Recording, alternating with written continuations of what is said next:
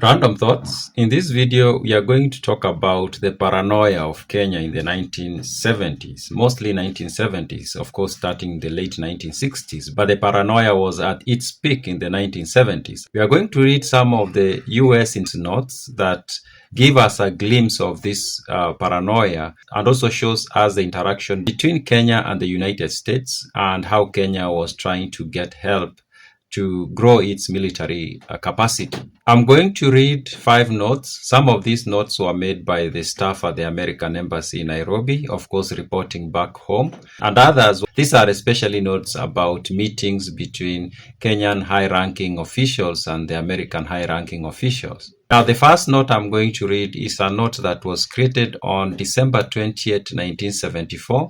This is a document that was generated by the US ambassador in Nairobi, Juan Marshall, and this document was generated on the 20th December 1974, and it is titled Kenya Requests US Military Aid. Its reference number is given as Nairobi 7372. Now, this is what it reads. Begin summary. Kenya has for the first time made a formal request for US military credit or grant aid to supplement what will probably be modest British military assistance and enable Kenya to counter threat to its security posed by heavily armed and increasingly hostile neighbors.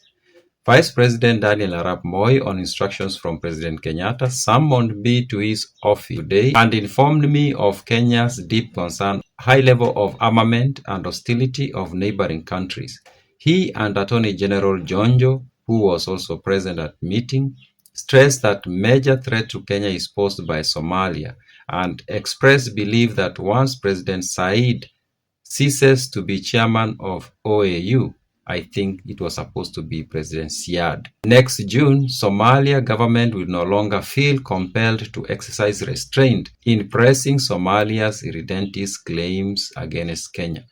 They also mentioned as regional threats unpredictability of Uganda's General Amin and growing Chinese influence in Tanzania. Problem compounded by fact that Ethiopia, Kenya's only ally, is now in very fluid situation. Moi cited as examples of US hardware, Kenya interested in obtaining squadron of F-5E aircraft, police helicopters, and unspecified smaller arms which will serve as deterrent to possible attacks against Kenya. He expressed hope we will find it in our interest to assist fellow free world country, noting that the US Navy frequently utilizes Port of Mombasa and that Soviet Union is increasing its influence in Eastern Africa. Now, that's the first note. The second note, this is a note that was made about a meeting that happened between Foreign Minister of Kenya, One Munyo Waiyaki, and Secretary of State Kissinger, and Assistant Secretary Davis, and one Director Kut. And this meeting happened at the annual session of the UN General Assembly. I guess it is New York. And the date of the meeting was October 1st, 1975. And they even give the time for 30 p.m. The subject is Secretary's meeting with Foreign Minister Munyo Waiyaki. This note is written in a conversational format. Now, the Secretary, we have had some talks on arms. We are trying to put together a military assistance package for Kenya. Foreign Minister Waiyaki, I hope you can move quickly.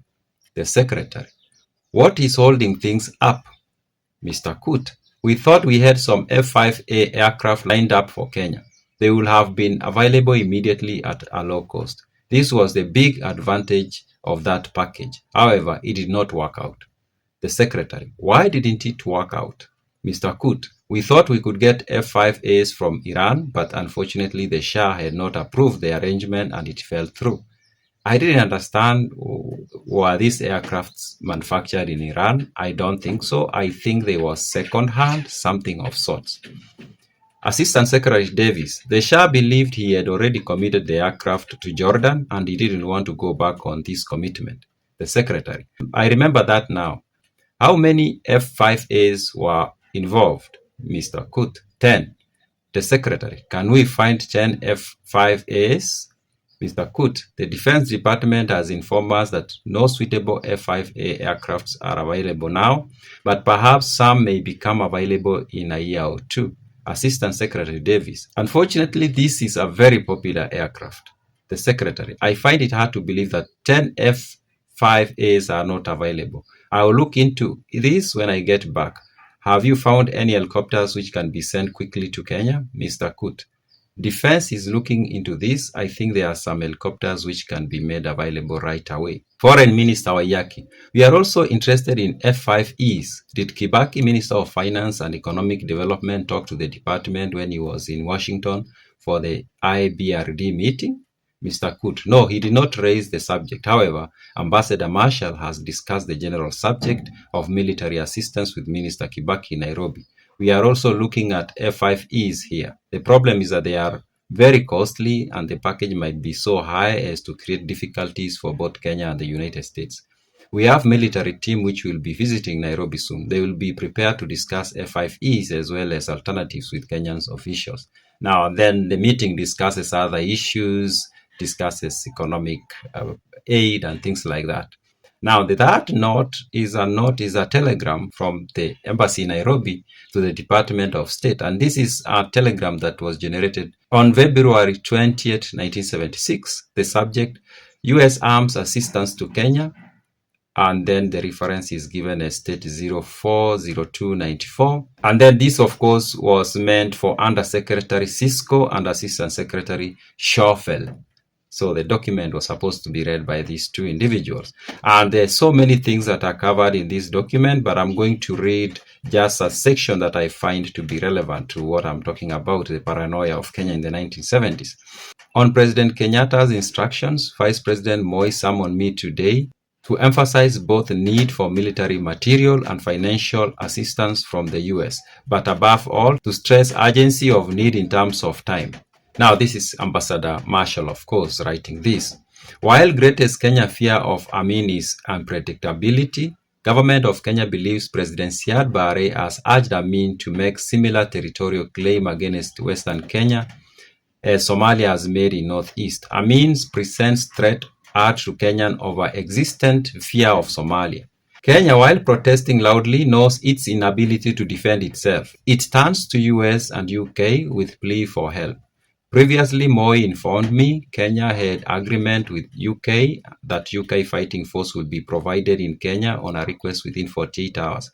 However, UK meeting such a request can no longer be counted on. Kenya must defend itself. For this, it needs to upgrade defense capability. President Kenyatta, particularly anxious to obtain F-5Es, but whatever US could provide, quote now, unquote, will be greatly appreciated. Now, the next note is a telegram from the US Embassy to the Department of State, and this is a document that was generated on March 4th, 1976, and the reference is provided as State 41704, and the subject, Kenya decision to purchase F-5E-F aircraft. And it reads, Finance Minister Kibaki summoned me to his office today to advise of Government of Kenya decision to apply entire $45 million in FMS credit offered to Kenya delegation during recent Washington visit to purchase squadron of 10 F-5E and 2 F-5F aircraft. Minister of Defense, Permanent Secretary Kiriaini, who was also present at the meeting, will submit a letter requesting letter of offer ASAP. Embassy will cable text when received. Kibaki stressed that increasingly acute threat from neighboring Uganda and Somalia will make it imprudent for Kenya to delay ordering this aircraft until financing assured. But Government of Kenya is proceeding on definite hope that additional 20 million in FMS financing can be offered by USG. He therefore formally requested that additional FMS credit in amount of 20 million be offered ASAP, subject of course to eventual congressional approval. Now, the final note I'm going to read is a memorandum of conversation, meaning it's a note that was taken when two high-ranking officials meet, and then the conversation is basically recorded. And this is a conversation that happened in Nairobi on 27th April 1976. Time is given as 10 to 10:35 a.m. This is a meeting that happened between President Kenyatta and Kissinger, and those who are present included Vice President Moi, Minister Mbiu Koinange, and also, of course, the American ambassador to Kenya, that is Marshall. Now, this is how the note reads. The secretary agreed to Kenyatta's request for additional 20 million in FMS credit to the 45 million already approved to purchase squadron of F-5Es. Kenyatta pleaded for earliest delivery. The secretary promised to look into the matter, also suggesting the United States might let Kenya have some F-5As until the F-5Es are ready. The secretary promised to look into the possibility of Kenya acquiring A4S in response to Kenyatta's request. Kenyatta, now is quoting Kenyatta, Kenyatta says, "You have helped us in armament." Kenyatta quoted that the United States had approved 45 million towards the purchase of the squadron of F-5Es, but Kenya would like to ask for an additional 20 million, and also would like to have the F-5Es as soon as possible. Our neighbors, quote, "Our neighbors are armed to the teeth," he commented. Ambassador Marshall observed that the Kenya pilot training, which required nearly 2 years, will be necessary before the planes will be flown. The president replied, stating Kenya would like the planes even before the pilots are trained. The secretary said he understood Kenya's requirements, that he wanted the planes for symbolic reasons. The secretary promised to look into the matter and referred to the Deputy Secretary of Defense, Clements, with whom he will speak. Mr. Clements has been able to speed up delivery for friends. So those are some of the intelligence notes that I managed to get that discuss Kenya's need to upgrade its military capability in the 1970s. And it seems like Kenya was so paranoid about, especially about Uganda and Somalia, but also Tanzania, which I found to be so interesting because I've never seen Tanzania as a country that has at one point seemed like a threat to Kenya. There is another note that I did not read, and this was a note where Moi was having a conversation with Jimmy Carter, who was the president. They were talking about how things were in East Africa, and especially the relationship between Kenya and its neighbors. And it seems like the only country that Moi said confidently that was friendly to Kenya was Sudan. Ethiopia was, but Moi was worried about the socialist route that the country had taken under Mengistu Haile Mariam.